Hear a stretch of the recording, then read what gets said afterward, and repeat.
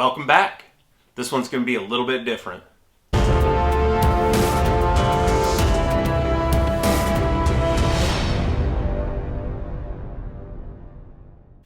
I'm going to do this video a little bit different, and honestly it's because this is what I called my brand identity crisis game. Had some random pieces of gear that I've never used and figured I would try to put together some mix-matched type of kit. And honestly, I'm not 100% sure about all this gear as far as any of the history or background or whatever. So we'll just get started with it. Let's get this out of the way. You've seen this before. This is my Christian, I think it's a Pro 100 stick, and it is a Blaine Locker model. It's the black and yellow color scheme to match my team setup. The pants for this kit, I did go with Cooper, the Reactor 5 pants. I've talked about these a lot. Done a whole review on the Reactor kit lineup, so I'll put a link to that up there and down in the description as well. As for the pads, these are TPS Louisville Gold. I really don't know anything more than that. I do believe these are labeled as a 31-inch pad, but I measured them out and I'm pretty sure they were about 32. And in all honesty, once they were sitting on my skate and attached to my leg, they felt more like maybe a 33 or 34 to me. My knee was central in the knee rolls, so it was completely comfortable and felt good. I did have to clean them up a lot. Did not replace any straps or anything because that part was all in good shape. Leg channel was real comfortable. Has a good wraparound calf protector and a knee flap. For me, the interesting part compared to all my other pads is that the second strap is actually attached to this knee flap instead of the outside edge of the pad. So it was a little different at first, that feeling. Maybe even not as noticeable once I got the pads on. It kind of was out of mind. When I'm editing the video, I'll throw them up on the scale and put that weight up here somewhere. Again, I don't know anything about these pads. I'm gonna guess they're probably mid-90s or early 90s. But if you know more about them, feel free to drop some comments and let everybody know. So anyways, with the pads, I went ahead and dug these out of a box, some McKinney knee pads. Overall, I really don't have much of an opinion on them at all. I did go with the Cooper combo again, and this is the restored SK2000 with Ed Cubberley reproduction white bumpers. Again, I'm going to add a link to how you can get a hold of Ed down in the description of the video in case you're looking for any replacement bumpers, because I highly recommend his reproductions.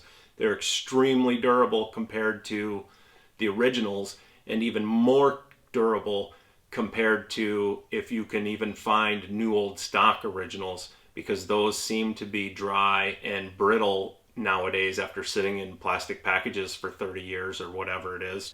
Again, this is one I refoamed, and it has a very, very nice quality HM30 attached. Catch glove, I went with the Vaughn Legacy T2000.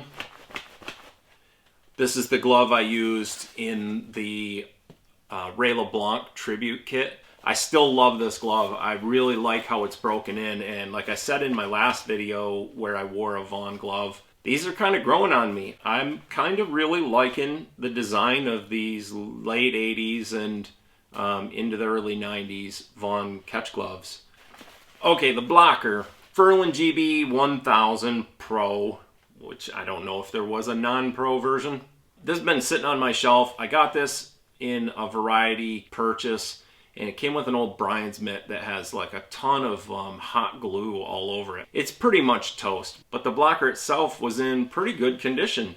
I did have to clean some hot glue off of some of the binding, and it does have a little bit of a binding fray up there, but overall, pretty good shape. I don't recall doing any other type of repair or anything to it. But one of the reasons I didn't use this blocker, at first I thought it's missing the blocker board because it just flexes really easily. There's no tab on the zipper, and it was pretty stuck. But I got it open and I realized the plastic is in there. It's just a more flexible plastic, I feel, than any of my other gear at all, which would probably mean that even the foam is even more flexible. Anyhow, I decided, hey, you know, it's black and white, it's got a little bit of yellow trim to it. on the logo, so I would give it a shot.